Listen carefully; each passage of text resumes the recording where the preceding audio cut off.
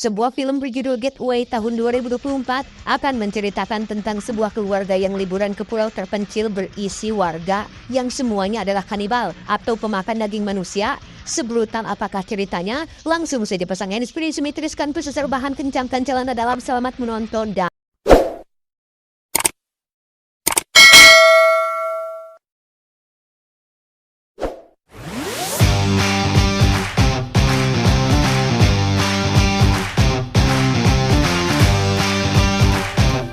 kita akan berfokus pada keluarga yang terdiri dari Richard si ayah, Susan si ibu, Jessie si kakak, dan Sam si adik. Mereka sedang dalam perjalanan untuk liburan di sebuah pulau terpencil di Swedia, bertepatan dengan perayaan 10 tahun sekali yang dirayakan dengan semacam festival dan drama tradisional, sehingga Richard dan keluarga pun tampak sangat excited dengan rencana liburan ini. The islanders celebrate the festival of Karantan. or quarantine. Mummy, thank you for the info. Beliefs. Oh, tiba di dermaga untuk naik kapal feri, Richard dan keluarga pun menyempatkan makan di sebuah restoran kecil yang ada di sana. Yang tepat saat Richard dan Susan sedang memesan makanan, Jessie dan Sam pun terlihat sedang berada di belakang restoran, menemukan seekor burung merpati yang kepalanya terputus, yang entah siapa orang yang sudah tega melakukannya. Selesai makan, si penjual pun langsung membereskan piring kotor di meja Richard sembari bertanya kemana tujuan mereka, dan tebak apa reaksi si penjual? No. No, I just thought I was. Sorry. Where are you going? Oh, we're into Svolta.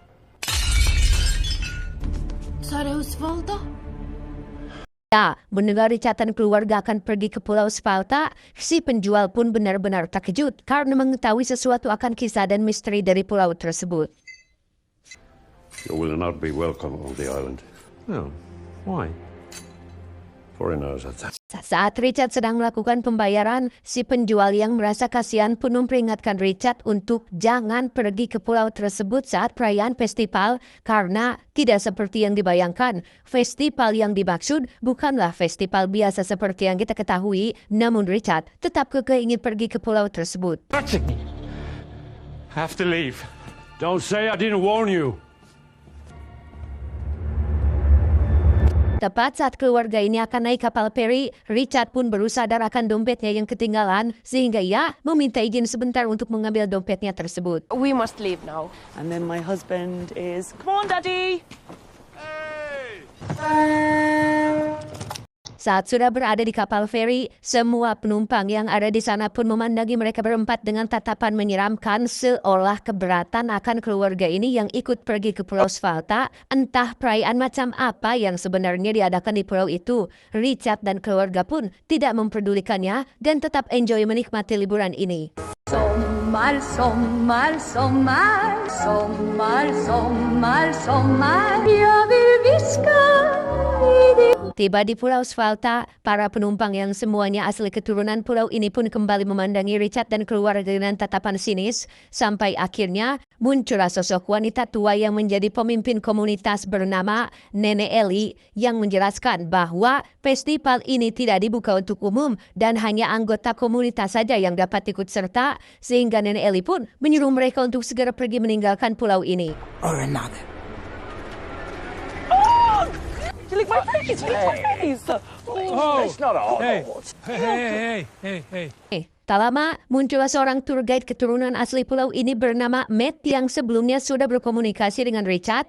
Berbeda dengan Nenek Eli dan penduduk yang lain, Matt sengaja menyewakan rumah mendiang ibunya kepada Richard untuk dijadikan hunian selama mereka liburan di pulau ini. It will be short. Thank you. Okay, come on. Put your bags on the cart. We will now go to your house. Dan inilah rumah yang akan Richard dan keluarga tinggali. Tempatnya cukup bagus dan masih layak huni, di mana saat Jessie sedang melihat-lihat kamar tempat tidurnya, tiba-tiba... Hey, don't be scared. It's only Matt. Ya, sekilas wajah Matt tampak menyeramkan dan mencurigakan, tapi Richard dan keluarga sama sekali tidak berpikiran buruk atau suuzon terhadapnya.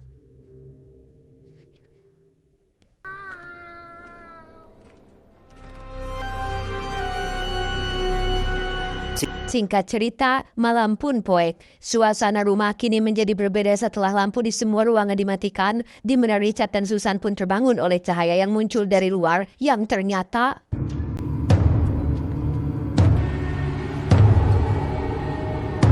Leave us alone.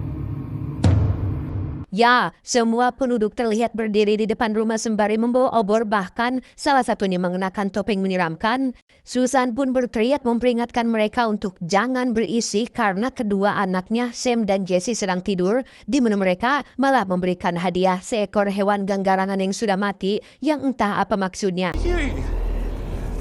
You can't leave that here.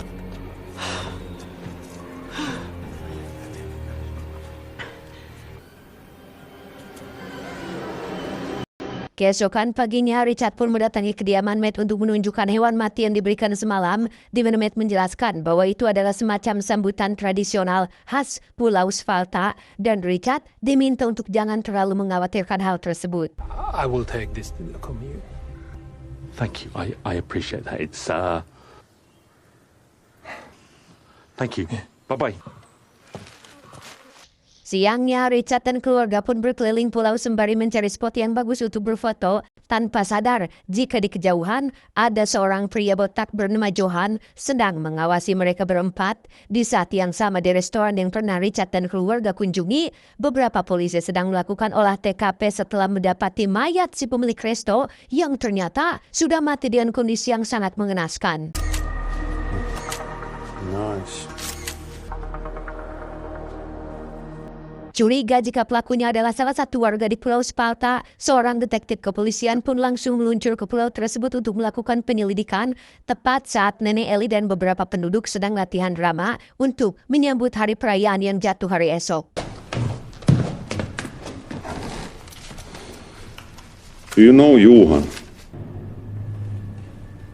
Berdasarkan catatan di kepolisian, si detektif mencurigai jika Johan si botaklah pelakunya karena dikenal sering mabok dan pernah melakukan pencurian. Namun Nenek Ellie tidak mengetahui keberadaannya sekarang dan meminta si detektif untuk segera pergi karena dianggap mengganggu jalannya latihan drama. You have no jurisdiction here.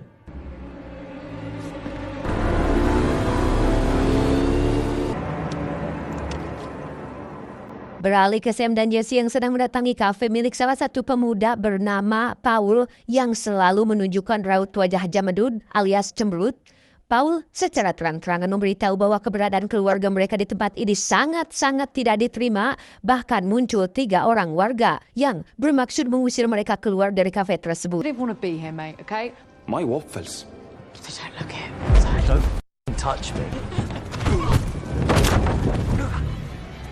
Dan ya, di luar sudah ada beberapa penduduk yang mengenakan jubah dan topeng lengkap dengan 4 peti mati yang tadi ditujukan untuk siapa. Mereka pun tertawa menyeramkan yang membuat Sam dan Jesse risih, sehingga mereka berdua pun segera pergi meninggalkan tempat tersebut.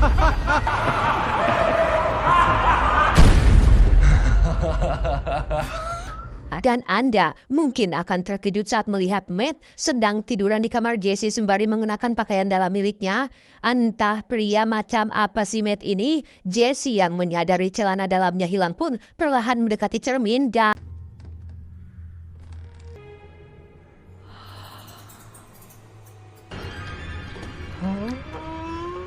malam harinya di aula komunitas warga Pulau Svalta, Nenek Ellie terlihat sedang memberikan pidato kepada seluruh penduduk terkait acara perayaan yang akan digelar besok. Disinilah akhirnya terungkap bahwa acara perayaan yang dimaksud ternyata adalah acara turun-temurun untuk memperingati kematian nenek moyang mereka yang dibantai oleh tentara Inggris sekitar 200 tahun yang lalu. Namun yang menjadi kejutannya adalah setelah pembantaian itu, seluruh penduduk asli keturunan Pulau Svalta berubah menjadi kanibal alias pemakan daging manusia akibat kelaparan yang melanda. Dan targetnya adalah orang-orang keturunan asli Inggris seperti Richard dan keluarganya ini. The English arriving here has solidified my resolve. Sebenarnya sudah puluhan tahun mereka menghentikan kegiatan kanibalisme dan hanya merayakannya dengan sebuah drama teater sebagai bentuk penghormatan. Namun setelah melihat Richard dan keluarga yang sekonyong-konyong memaksa tinggal di pulau ini, hasrat kanibal Nenek Ellie pun menjadi muncul lagi dan memutuskan untuk memakan mereka berempat bersama dengan seluruh penduduk yang menyetujui akan rencana tersebut. It offered me an unsurpassed clarity. The English must be offered up. Tak hanya penduduk yang lain saja, Nenek Ellie pun mendatangi Matt untuk memberitahu akan rencana tersebut. Matt sempat menolak karena tujuan awal ia mendatangkan Richard dan keluarga hanyalah untuk mengambil keuntungan dari rumah yang ia sewakan. Tetapi setelah terobsesi akan kemolekan tubuh Jesse, Matt pun menjadi setuju dan akan ikut andil dalam rencana tersebut. You might. Together, we shall eat. Perhaps our friends would like some nice cookies. Keesokannya, tepat saat hari perayaan, seluruh penduduk pun berkumpul untuk menyaksikan pertunjukan drama teater yang biasa mereka lakukan. Barulah setelah selesai pertunjukan, mereka akan langsung memburu Richard dan keluarga untuk dihidangkan sebagai makan malam.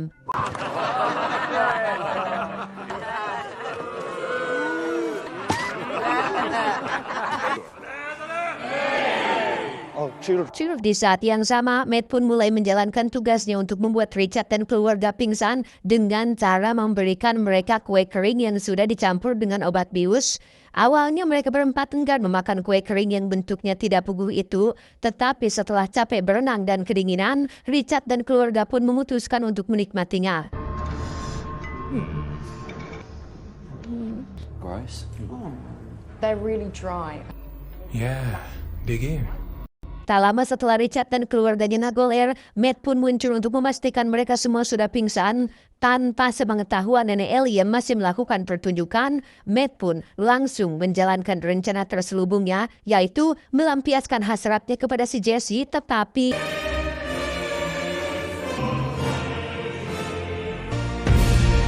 ya, Richard dan keluarga ternyata tidak pernah memakan kue kering tersebut yang jika Anda masih mengira mereka berempat adalah korban yang patut dikasihani, Anda sudah salah besar karena ternyata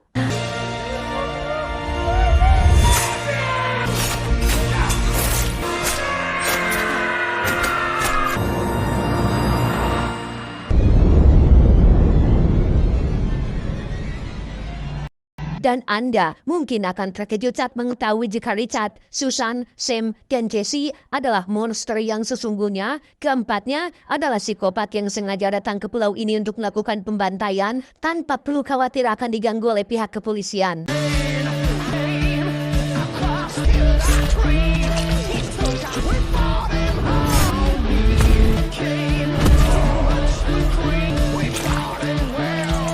Alih-alih memburu keluarga kecil ini, justru Nenek Ellie dan para penduduk aslilah yang harus berlarian ketakutan menghindari kejaran Richard dan keluarga yang brutal membunuh secara membabi buta. Sehingga celakalah mereka semua yang benar-benar sudah salah dalam memilih korban. Hey, but you were getting really good at it. Come on. Malamnya, Jesse dan Sam pun mendatangi pusat komunikasi kantor pelabuhan untuk mencegah petugas menghubungi pihak luar. Disinilah kita akan melihat jiwa-jiwa psikopat yang ada di dalam diri mereka berdua ketika Jesse dan Sam harus berakting ketakutan untuk mengelabui petugas yang ada di sana. Hide from the monsters.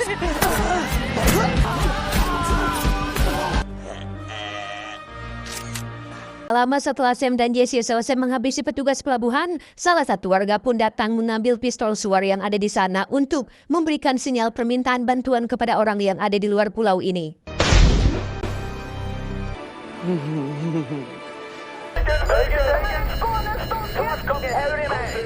Lama setelah pihak kepolisian di luar pulau berhasil menerima sinyal permintaan tolong, Richard dan keluarga pun kembali melanjutkan perburuan yang kali ini targetnya adalah Nenek Ellie dan sisa warga yang bersembunyi di sebuah gudang sehingga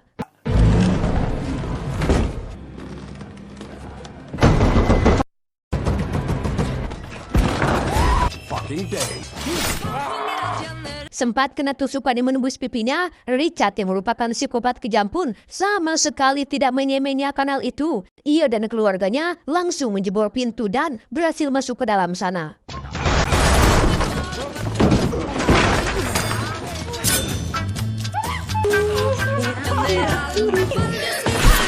Ketika Richard CS sedang bersenang-senang, muncullah Paul yang bermaksud memberi peringatan, tetapi Not good. When I saw the flip. setelah Richard CS selesai bersenang-senang, kita akan melihat nenek Ellie dan suaminya berhasil kabur melalui jalan belakang dan tidak sempat melihat seperti apa bebeguk para pelaku yang sudah membantai warganya. Tidak seperti warga lain yang lemah dan ketakutan, nenek Ellie pun meyakinkan suaminya untuk tetap bertahan di pulau ini dan cari kesempatan untuk menghadapi para pelaku. You can do whatever you want. Help me complete the quarantine. Di saat yang sama, Richard CS pun sedang rehat sembari menikmati api unggun, di mana Richard sekonyong-konyong menikam leher Sam hingga modar karena ternyata Have I? Why did you do that? His characterization is 2D and cliche. ya, siapa yang menduga jika Richard, Susan, Sam, dan Jesse bukanlah sebuah keluarga beneran. Mereka berempat adalah para psikopat yang secara kebetulan bertemu dan berakting jadi keluarga demi mengelabui orang lain. Aksi ini pun bukan yang pertama kalinya untuk mereka. Sebelumnya, mereka sudah gonta-ganti partner kerja dan melakukan aksi berbeda di berbagai belahan dunia. Yang karena Sam dianggap memiliki sikap buruk dan menjengkelkan, makanya Richard pun membunuhnya setelah semuanya sudah selesai.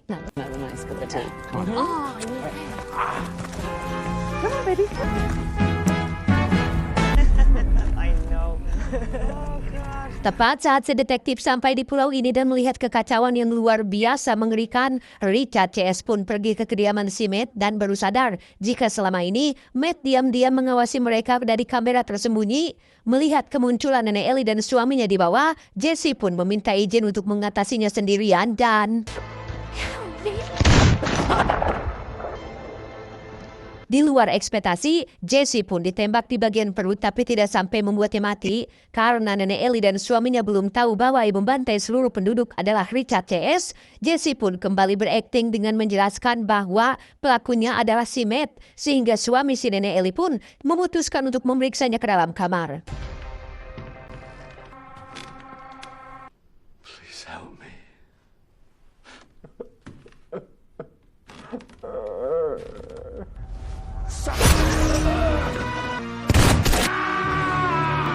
Ya, suami nenek Ellie pun maut oleh Richard yang pura-pura terbaring di atas kasur. Sementara untuk Jesse, ia didatangi oleh Susan yang masih berakting menjadi ibunya. Sampai akhirnya muncul Richard yang datang ke sana sehingga mereka bertiga pun langsung menghentikan aktingnya yang membuat si nenek Ellie terkejut. Sampai akhirnya The English lied, I now realize.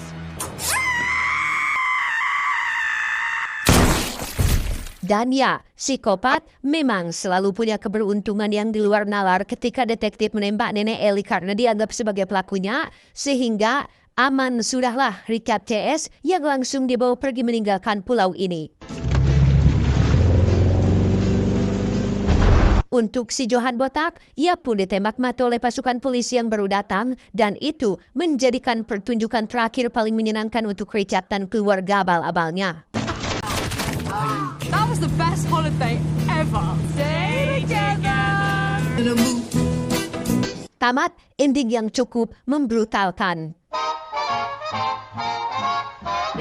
Pesan yang bisa kita ambil dari film ini adalah moral seseorang tidak bisa dilihat dari penampilan luar. Banyak yang berpenampilan baik, rapi, memakai jas, dasi, celana bahan, sepatu pantofel mahal, duduk di kursi rapat membahas kebijakan, tapi ternyata penipu dan tidak tulus. Di sisi lain, banyak yang berpenampilan apa adanya, terkadang sekilas terlihat arogan dan mewakar pesorangan, namun memiliki ketulusan dan kebaikan yang luar biasa. Ingat, jangan menilai orang dari sampulnya, buka dulu, baru memberi penilaian, siapa tahu barangnya bagus. Hai!